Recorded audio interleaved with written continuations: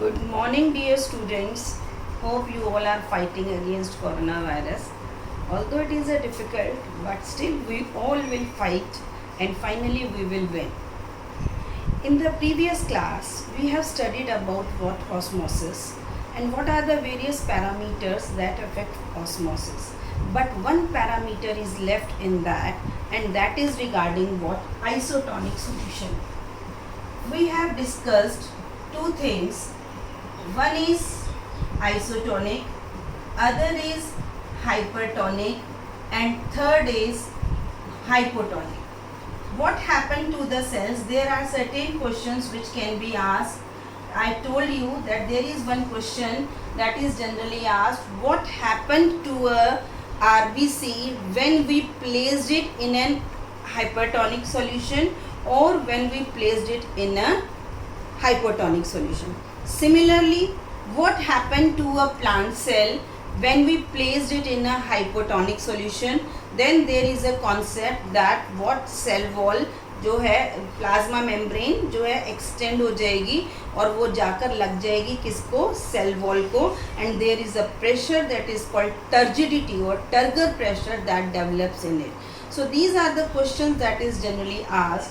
Now we are talking about what isotonic. Hyper means ज़्यादा, hypo means come, iso means same. If we talk about human being, कभी आपने आंसू को test करके देखा? आंसू का टेस्ट कैसा होता है? ना नमकीन होता है, ना मीठा होता है, बड़ा बकबका होता है. उसके अंदर जो ऑस्मोलैरिटी होती है और टोनोसिटी होती है, that is 0.9% NaCl and 5% glucose solution. अब आपके पास एक सेल है, वो आपने यहाँ रखा, जिसकी जो टोनोसिटी थी यही थी 0.9% एंड 5%, और जो आपने सॉल्यूशन लिया यहाँ उसको भी 0.9% और 5% ग्लूकोज में रखा. तो this is what isotonic to this environment. तो क्या कुछ चीज़ अंदर जाएगी या कुछ चीज़ अंदर से बाहर आएगी? कहने का मतलब बाहर सॉल्यूशन से सेल में कुछ चीज़ जाएगी या सेल से बाहर कुछ आएगा. इस केस में the things will go inside, some things will come back, but finally जो स्ट्रक्चर होगा सेल का दैट रिमेन्स द सेम, क्योंकि कुछ भी ज़्यादा या कम नहीं हुआ. अगर एक मॉलिक्यूल NaCl का अंदर गया तो दूसरा मॉलिक्यूल NaCl का बाहर आ गया. So this is what isotonic means. और इसीलिए आपने कभी इंजेक्शन अगर आपने लगवाए हों, उसके ऊपर वायल में अगर आपने देखा हो, that is generally written that they have 0.9% saline solution, कि उसमें बने हुए हैं. कभी भी हम हाइपोटोनिक डिस्टिल्ड वाटर में इंजेक्शन नहीं बनाते, कभी भी हम बहुत ज़्यादा सुक्रोज सॉल्यूशन में इंजेक्शन नहीं बनाते. जो हमारी बॉडी की टोनोसिटी है उस केस में उसी से हम अपने इंजेक्शंस बनाते हैं. अगर हम कम या ज़्यादा में बनाएंगे, वन होगा हाइपो, अदर होगा हाइपर. एक में सेल हमारे बर्स्ट हो जाएंगे और दूसरे में सेल्स हमारे श्रिंक हो जाएंगे, and finally death is the ultimate. So isotonic solution is a solution that has the same tonicity as that of our body. तो सब चीज़ें जो हैं वो अगर बॉडी के अंदर इंजेक्ट करने वाली हैं तो वो हमारी बॉडी के साथ आइसोटोनिक सॉल्यूशन में बनी हुई होती है. Now there are some examples of osmosis. The very first example of osmosis is opening and closing of stomata. Stomata you all have heard. This is the structure of stomata. There are two types of stomatas, one are bean shaped and another are dumbbell shaped. When did or when does they get turgid? कब ये जब opening होती है stomata की तो turgidity is there. It is just because they are surrounded by some cells. These are called guard cells. Guard cells, इनके अंदर क्या जाता है? Potassium ions. पोटेशियम आयंस जब अंदर जाते हैं at the time of opening of stomata, तो क्या होता है, अंदर सोल्यूट की कंसंट्रेशन ज़्यादा हो गई पोटेशियम की वजह से, जिसकी वजह से गार्ड सेल से पानी इनके अंदर जाएगा and these becomes what, turgid, and once turgidity is there the stomata get open. तो stomata opening and closing of stomata is also just because of what, osmosis. Second is the, how many of you have heard about Mimosa pudica?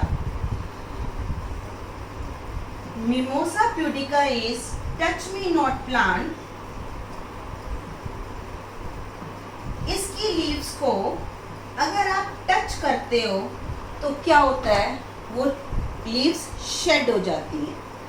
इसकी leaves में क्या होता है, ये अगर leaves हैं और नीचे एक रीजन होता है swollen, that is called pulvinus. Pulvinus leave के नीचे एक स्ट्रक्चर होता है पल्विनस. जैसे ही कोई लीव्स को टच करता है, सारा पानी लीव से पल्विनस में चला जाता है, यानी कि इसके अंदर क्या हो जाता है, एक्सोऑस्मोसिस हो जाता है. एक्सोऑस्मोसिस का मतलब पानी निकल के एक जगह से दूसरी जगह पर चला गया. एंडोऑस्मोसिस का मतलब पानी बाहर से अंदर की तरफ आ गया, कोई चीज स्वेल हो गई. तो एक्सोऑस्मोसिस होने के बाद पानी सारा रिलीज होके पल्विनस में आ जाता है. When after a period of time, जब कोई टच नहीं करता, उसके थोड़ी देर बाद वापस से पानी कहाँ से चला जाता है, पल्विनस से लीव में चला जाता है, जिसकी वजह से leaves again regain their shape. So this is an another example of what, osmosis. And third is an very important example, that is germination of seed. Germination of seed means this is a seed, suppose this is a bean seed. When it has to germinate, it forms two things. One is called radicle and other is called plumule. Now how did radicle and plumule generate? Everybody of you know, when the seed is to be germinated, seed is to be sow under water. जब पानी के अंदर उसको सो करते हैं, तो जो ये बाहर की लेयर है, that is called seed coat, this layer get rupture. Rupture होने के बाद पानी अंदर जाता है और अंदर एम्ब्रियो प्रेजेंट है, और एम्ब्रियो प्रेजेंट होने की वजह से वो जर्मिनेट करता है. तो वाटर बाहर पानी की क्या है, ज़्यादा कंसंट्रेशन है. सीड आपका ड्राई है, बाहर अंदर कम कंसंट्रेशन है. Water moves from a region of higher concentration to a region of lower concentration against a membrane after the breaking of what, seed coat. Now again fourth is absorption of water.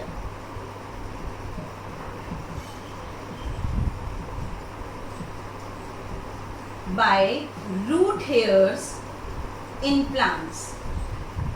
आप सभी को पता है ये plant है, इसके ये roots हैं. इन रूट्स के पास टाइनी हेयर्स प्रेजेंट होते हैं, these are called root hairs. इन रूट हेयर्स में पहले कौन एंटर करता है, सोल्यूट एंटर करता है. सोडियम एंटर करा, पोटेशियम एंटर किया. रूट के अंदर कंसंट्रेशन क्या बन जाती है, ज़्यादा, तो पीछे पीछे पानी भी एंटर कर जाता है, जिसकी वजह से एक सॉल्ट सॉल्यूशन बन जाता है किसके अंदर, तो रूट के अंदर जो वाटर एब्जॉर्ब होता है, रूट हेयर्स के अंदर स्पेशली जो वाटर एब्जॉर्ब होता है, that is by osmosis. In this also what, first what enters, solute enters, and after that water also enters to make its normal solution. In this way water enters into the root hair up to cortex. up to cortex क्यों लिख रही हूँ मैं, this I will tell you. cortex के बाद endodermis आता है, and endodermis is impermeable to water. So this is all about what examples of osmosis. One is opening and closing of stomata. Other is Mimosa pudica, that is touch me not plant.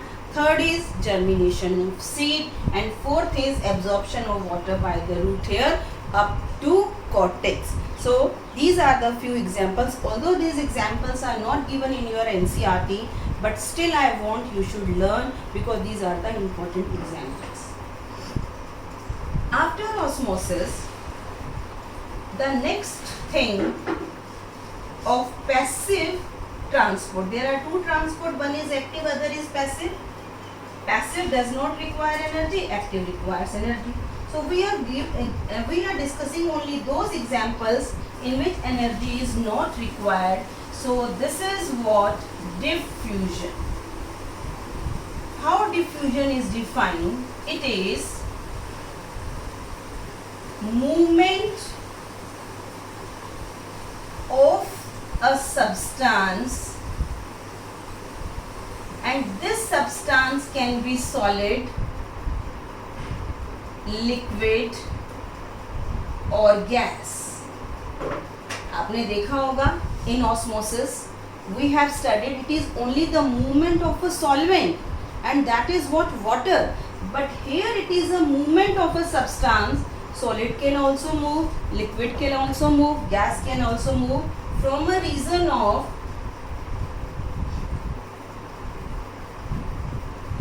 higher concentration. It is not required here,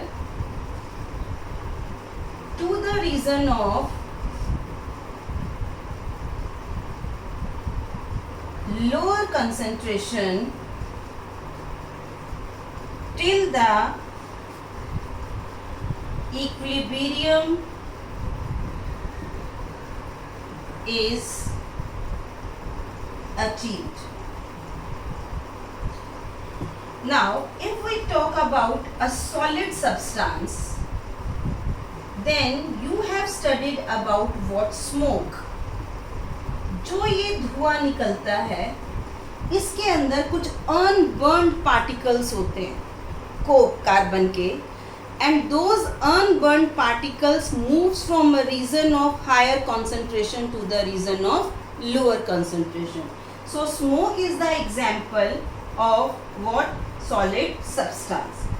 If we study about liquid substance, then आपने एक glass में पानी लिया और उसमें आपने नींबू डाला, स्क्वीज किया नींबू को, then the lime juice move from a region of higher concentration to the region of lower concentration. अपने आप चला जाएगा, इसमें किसी सेमी परमिएबल मेम्ब्रेन की जरूरत नहीं है. So this is the lime juice is the example of what? Liquid substance.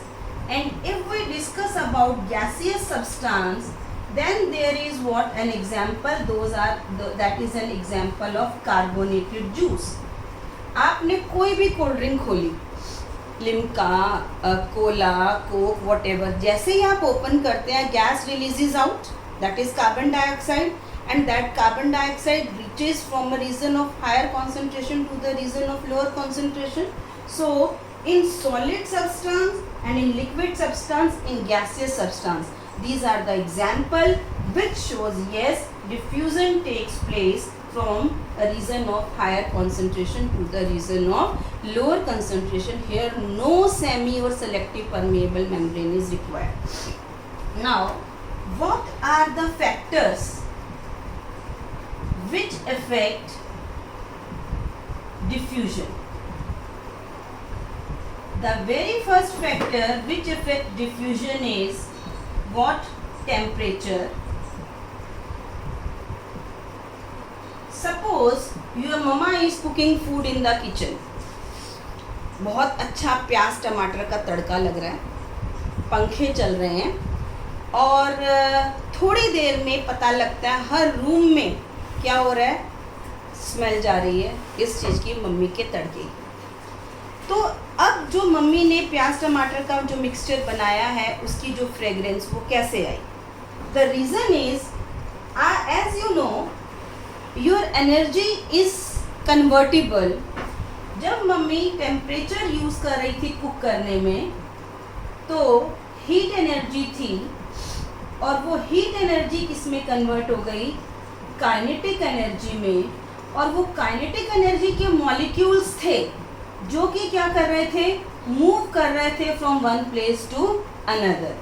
पर क्या है, काइनेटिक एनर्जी के मॉलिक्यूल्स घर में तो पूरे में स्मेल हो गई, क्या आपके नेबर्स के घर भी स्मेल पहुंच जाती है? नहीं, क्योंकि इतनी एनर्जी होती है बस वो कि वो घर में ही स्प्रेड कर जाए, नेबर्स में के घर तक स्प्रेड ना हो पाए.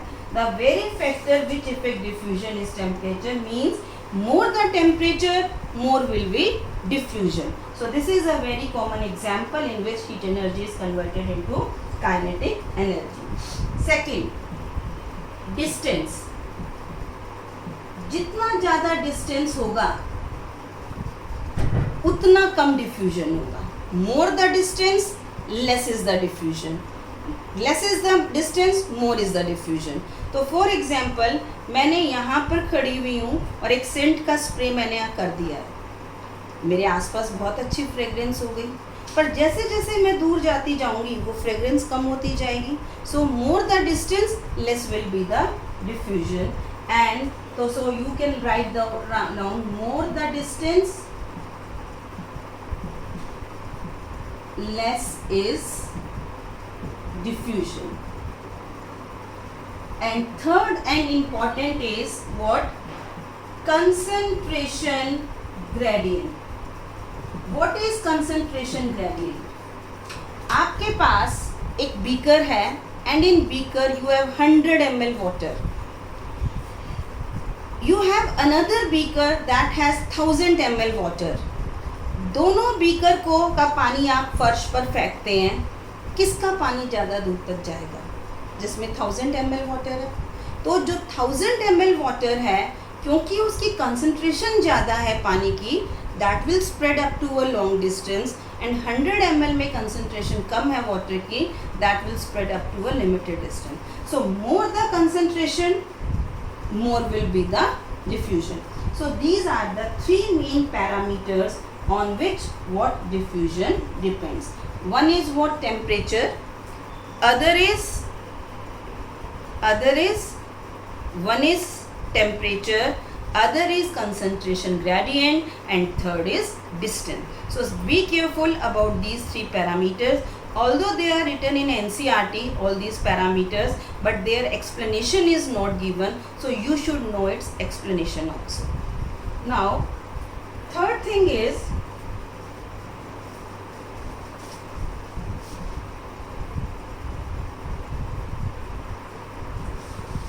how does diffusion affects our daily life process? Diffusion uses in our daily life. How many of you have studied transpiration? How many of you have studied evaporation?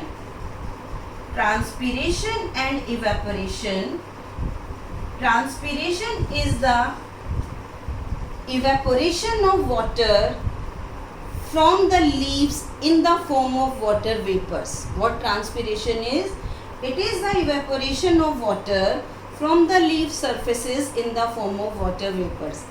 पानी आ रहा है नीचे से, स्टोमेटा आया, स्टोमेटा ओपन है तो vapours की form में बाहर निकल गया. इवेपोरेशन में पानी फर्श पे गिरा हुआ है, सनलाइट पड़ी, हीट से वो इवेपोरेट हो गया, काइनेटिक एनर्जी मिल गई उसको. तो these are 2 parameters in our daily life that is done with the help of what? Transpiration. Third is are respiratory exchange of gases. अगर मैं आपको डायग्राम बनाकर दिखाऊं, यहाँ से गैस आती है और यहाँ जाती है, क्या कोई बैरियर है? So this is again diffusion. Movement of oxygen and movement of carbon dioxide is again diffusion. So it is respiratory exchange of gases, also what? Diffusion. And fourth is proper distribution of substances in cytoplasmic